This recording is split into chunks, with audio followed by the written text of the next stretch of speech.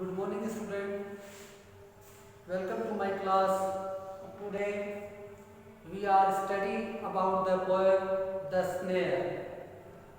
It is composed by James Stephen.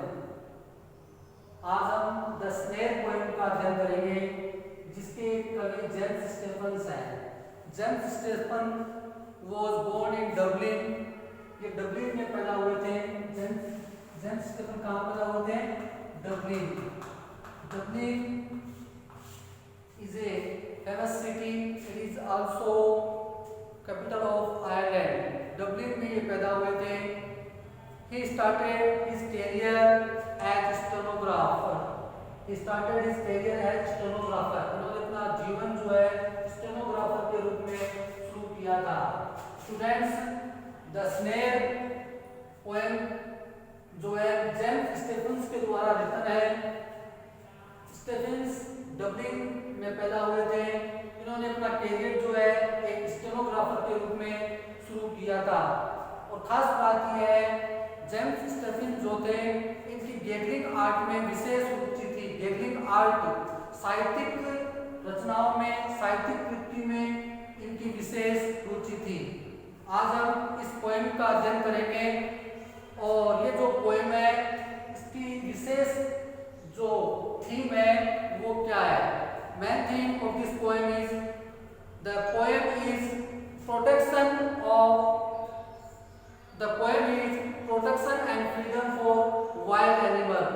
ये जो poem है वाइल्ड एनिमल के लिए फ्रीडम की बात कर रही है। इसकी बात कर रही है फ्रीडम की।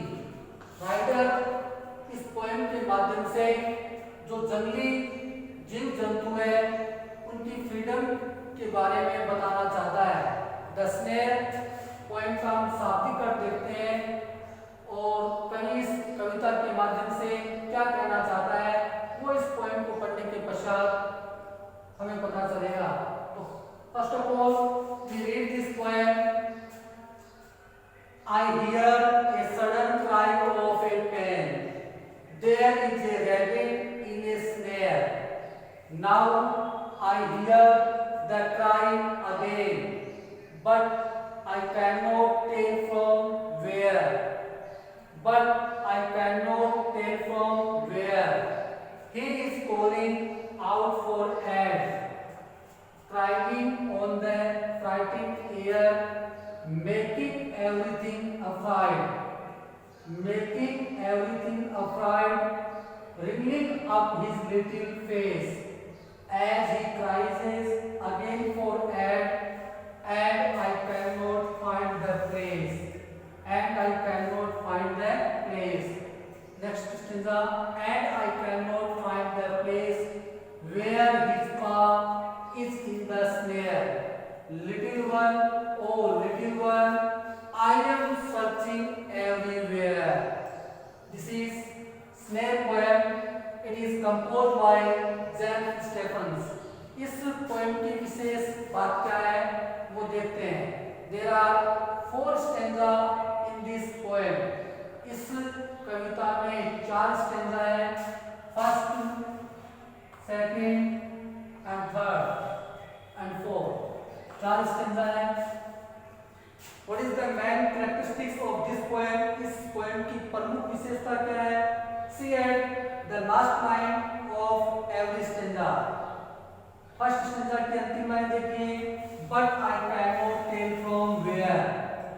और इसी अंतिम लाइन से नेक्स्ट स्टेंजा स्टार्ट होता है।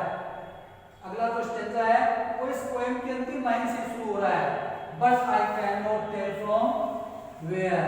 इसी प्रकार अब इस स्टेंजा की अंतिम लाइन देखते हैं, मेकिंग एवरीथिंग अफ्राइड।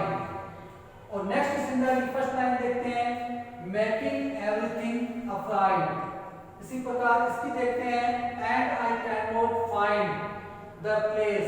और लास्ट स्टेंजा की पहली लाइन देखो आप, and I can not find the place. इसका मतलब ये है इस पोएम में प्रत्येक स्टेंजा की जो अंतिम लाइन है उसी अंतिम लाइन से नेक्स्ट स्टेंजा स्टार्ट हो रहा है। यहाँ पर ये अंतिम लाइन है, इसके बाद यहाँ पर ये देखिए और यहाँ पर ये देखिए। इस प्रकार से पोएट जो है अंतिम लाइन में से ही नया स्टेंजा शुरू कर रहा है। तो द स्नेक पोएम की द मेन थीम क्या है? The poem is protection and freedom for wild animal. Poem जो है जंगली जीव जंतुओं के प्रोटेक्शन की बात कर रहा है, उनकी सुरक्षा की बात कर रहा है, उनकी फ्रीडम की बात कर रहा है। कवि का ये मानना है जिस प्रकार ह्यूमन बीइंग में जो फीलिंग्स होती है वैसे ही फीलिंग्स जो है वाइल्ड एनिमल में भी होती है, इसलिए हमें वाइल्ड एनिमल का भी प्रोटेक्शन करना चाहिए और उनकी सेफ्टी करनी चाहिए, उन्हें फ्रीडम देना चाहिए। The poet is uneasy by hearing the painful cry of the rabbit. The poet is uneasy by hearing the painful cry of the rabbit. कवि जो है यहाँ पर एक रैबिट की पेनफुल क्राई, दर्द भरी चीख से अनईजी है। क्यों है? क्योंकि the rabbit in the snare, rabbit जो है स्नेर में है, he searches him everywhere, poet उसे सब जगह तलाश करता है, but he is unable to locate him, लेकिन कवि जो है उसको ढूंढने में असमर्थ है, उसे ढूंढ नहीं पा रहा है। तो इस प्रकार इस पोएम में कवि एक रैबिट के बारे में वर्णन कर रहा है जो एक स्नेर में है। स्नेर इस नेट यानी कि एक जाल में है। इसमें एक पोएट जो है उस रैबिट की तलाश कर रहा है जो रैबिट किसी जाल में फंसा हुआ है, जो रैबिट किसी जाल में फंस चुका है, और पोएट उसका वर्णन इस कविता के माध्यम से कर रहा है। I hear a sudden cry of a pain, there is a rabbit in a snare, now I hear the cry again, but I can not tell from where. ये फर्स्ट स्टेंजा है। फर्स्ट स्टेंजा में हम देखेंगे किस प्रकार जो है poet वर्णन कर रहा है कि अपनी कविता के माध्यम से। फर्स्ट स्टेंजा आप देखिए, I hear a sudden cry of a pain, there is a rabbit in a snare. I hear a sudden cry of a pain, there is a rabbit in a snare, now I hear the cry again, but I can not tell from where. Sudden का मतलब अचानक। कवि क्या कहता है? मैं अचानक आती हुई एक चीख सुनता हूँ। आई hear a sudden cry of a pan, here means सुनना, ये वर्ब है। I hear a sudden cry of a pan, मैं अचानक आती हुई एक चीख सुनता हूँ। क्राई का मतलब चीख। चीख किस लिए है? There is a rabbit in a snare, there is a rabbit in a snare, किसी जाल में एक खरगोश फंसा हुआ है। रैबिट कहते हैं हेयर को, यानी एक हेयर जो है किसी जाल में फंसा हुआ है, एक रैबिट किसी जाल में फंसा हुआ है। कवि कहता है मैं अचानक आती हुई एक चीख सुनता हूँ, किसी जाल में कोई खरगोश फंस गया है। Now I hear the cry again, but I can not tell from where. Now I hear the cry again, यानी कि राइटर कह रहा है कि मैं जो है now I hear the cry again, लेकिन पोएट कहता है कि मैं बता नहीं सकता कि चीख कहां से आ रही है, but I can not tell from where. क्या कह रहा है? Now I hear the cry again, मैं उस चीख को दोबारा सुनता हूं, but I can not tell from where, लेकिन बता नहीं सकता चीख जो है कहां से आ रही है, चीख किस तरफ से आ रही है, कहां से आ रही है, ये कवि बता नहीं सकता। राइटर क्या कहता है?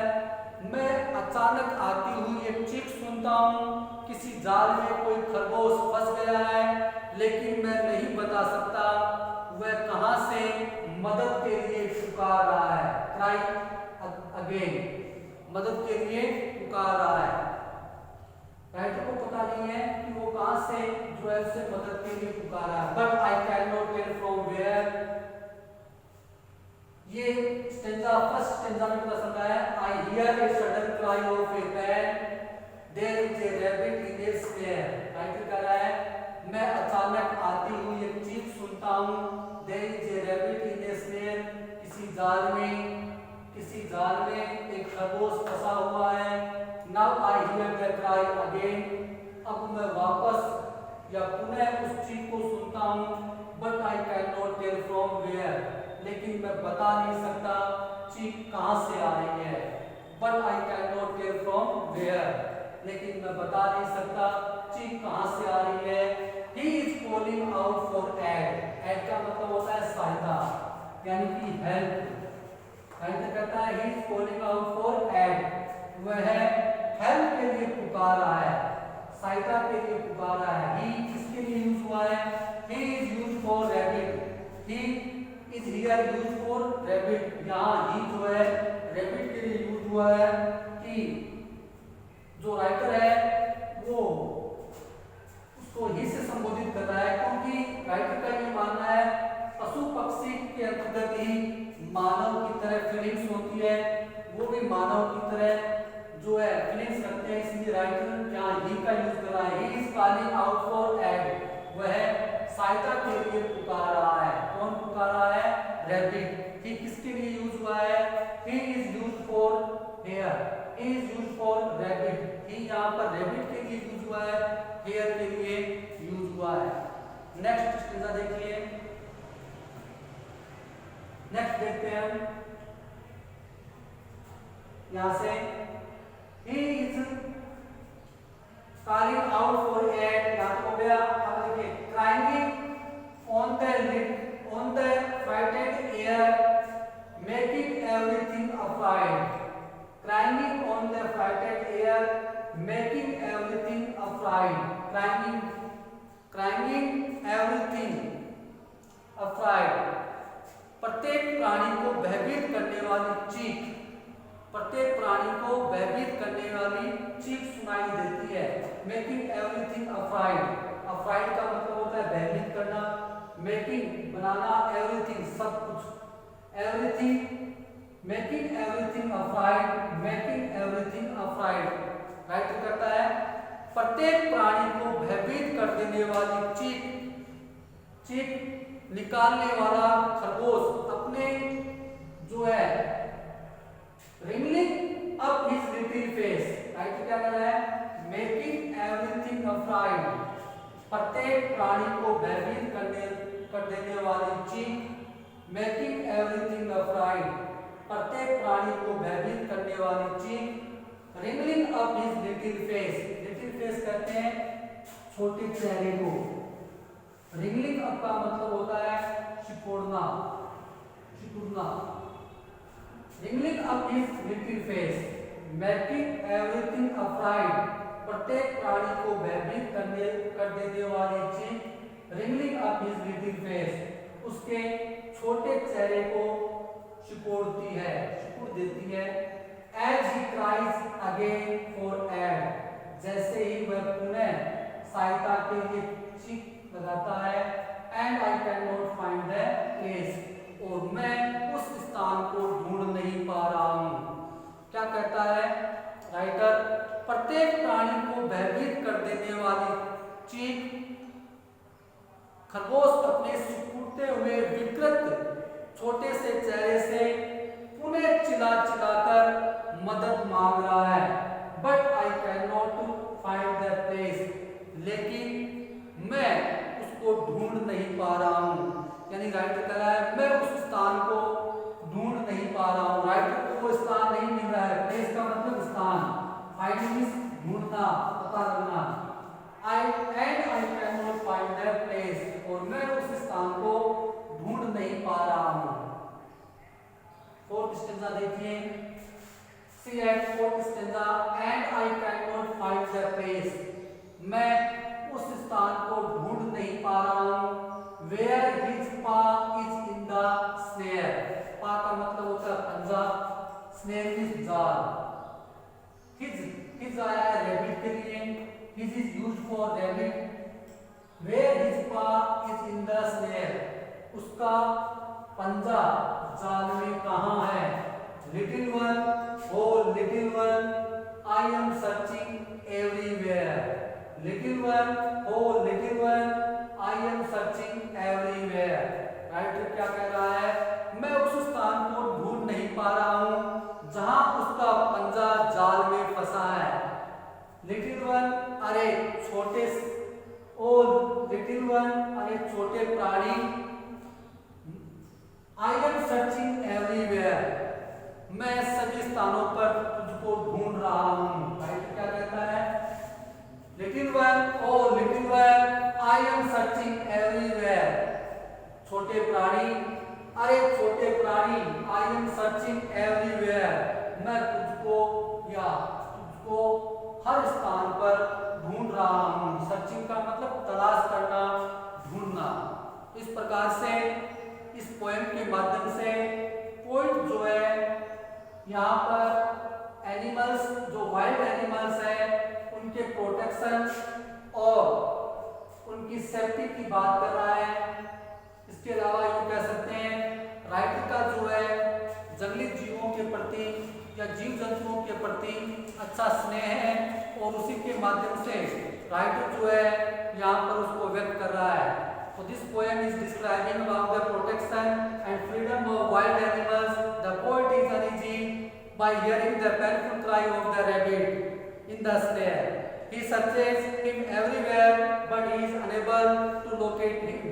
राइटर जो है यहाँ पर पोइट मुख्य रूप से वाइल्ड एनिमल्स के प्रोटेक्शन की और उनकी फ्रीडम की बात कर रहा है। This is poem for freedom, it is also freedom and protection के बारे में बात कर रहा है। राइटर जंगली जीव जंतुओं के प्रति अच्छा अपना स्नेह दिखा रहा है और उनकी बारे में जो है उनकी सुरक्षा के बारे में इस पोएम के माध्यम से एक संदेश देना चाहता है। तो this is the main message of this poem, the protection and freedom for wild animal. Now once again हम इसके क्वेश्चन देखेंगे। आपको इस पोएम को वापस रीड करना है, इसे लर्न करना है, इसके हार्ड वर्ड है उनको लर्न करना है। इसके अलावा आपको विशेष रूप से पोएम के जो प्रश्न है वो विशेष रूप से देखने हैं, याद करने हैं। तो what is the main question of this poem, इस पोएम के मुख्य प्रश्न कौन कौन से हैं वो अभी हम देखते हैं। पहला क्वेश्चन देखिए आप, what does the rabbit do to get help. पहला क्वेश्चन है what does the rabbit, what does the rabbit, what does the rabbit do to get help. First question है what does the rabbit do to get help. The rabbit tries now and get to help. क्या करता है खरगोश, सहायता के लिए क्या कर रहा है, ट्राई कर रहा है, चिल्ला रहा है। तो यहाँ पर आंसर हो जाएगा the rabbit cries now and again to get help. यहाँ पर हम देखेंगे कि रैबिट क्या करता है सहायता के लिए। आप लिखोगे the rabbit cries now and again to get help. The rabbit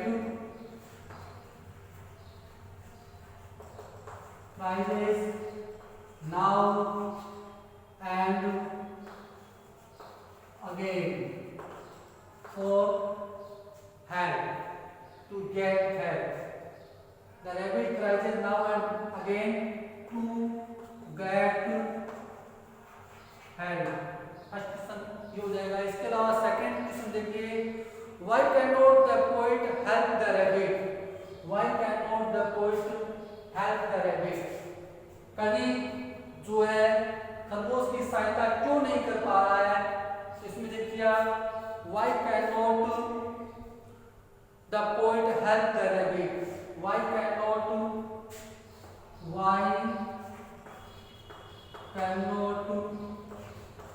the poet help the rabbit? Why cannot the poet help the rabbit? Poet जो है रैबिट की सहायता क्यों नहीं कर पा रहा है? Because he is unknown to his whereabouts। यहाँ पर प्रश्न आया है I cannot find the place। Line में सब पता चल रहा है and I cannot find place, और मैं स्थान को ढूंढ नहीं पा रहा हूं। तो इसी का आंसर हो जाएगा, यहां पर लिखेंगे हम the poet is not help the rabbit because he is unknown to his whereabouts. तो because he is not now where his whereabouts, कभी उसकी जो वास्तविक स्थिति है, कहां पर जो है रैबिट है, उसका पता नहीं कर पा रहा है, इसलिए कभी उसकी हेल्प नहीं कर पाता है। तो ये दो मुख्य क्वेश्चन हो गए। इसके अलावा हम थर्ड क्वेश्चन देखेंगे। थर्ड क्वेश्चन देखिए, थर्ड क्वेश्चन जो है वो मोस्ट क्वेश्चन है। थर्ड क्वेश्चन हम देखेंगे, where does the poet search the rabbit and why? Where does the poet search the rabbit and why? Where does the poet search the rabbit and why? कवि rabbit को कहां तलाश करता है और क्यों तलाश करता है? दो क्वेश्चन निकलते हैं। This is the most question, ये महत्वपूर्ण प्रश्न है। Where does the poet search the rabbit and why? कवि रैबिट को कहां तलाश करता है और क्यों तलाश करता है? इसमें साफ आंसर हो जाएगा इसका, the poet search the rabbit everywhere. The poet search the rabbit everywhere. कवि जो है रैबिट को हर जगह तलाश करता है। ही डज इट बिकॉज, वह ऐसा इसलिए करता है बिकॉज, क्यों कर रहा है, क्यों करना चाहता है पोएट ऐसा? Because he is unable to find the place from where the crisis for aid are coming. क्या होगा? He is unable to find the place from where the crisis for egg are coming. He knows that the rabbit is in the snare. Poet को ये पता नहीं है चीज कहां से आ रही है, वह रैबिट की हेल्प करना चाहता है। वो केवल इतना ही जानता है कि रैबिट किसी स्नेर में फंसा हुआ है। तो ये तीन महत्वपूर्ण क्वेश्चन है। इसके अलावा आपको जो है इसके नेक्स्ट जो क्वेश्चन है उनको भी विशेष रूप से देखना है। एक क्वेश्चन और देखिए आप, why is the poet searching for the rabbit? Why is the poet searching for the rabbit? Why is the poet searching for the rabbit? Why is the poet searching for the rabbit? Why is the poet searching for the rabbit? उसमें why is the poet searching for the rabbit? कवि जो है rabbit की तलाश क्यों कर रहा है? कवि रैबिट की तलाश क्यों कर रहा है? The poet is searching for the rabbit because he wants to help the rabbit in the snare. कवि रैबिट की तलाश इसलिए कर रहा है क्योंकि वह रैबिट की सहायता करना चाहता है जो एक जाल में फंसा हुआ है। तो आप सकते हैं, where does the poet, why is the poet searching for the rabbit? The poet is searching for the rabbit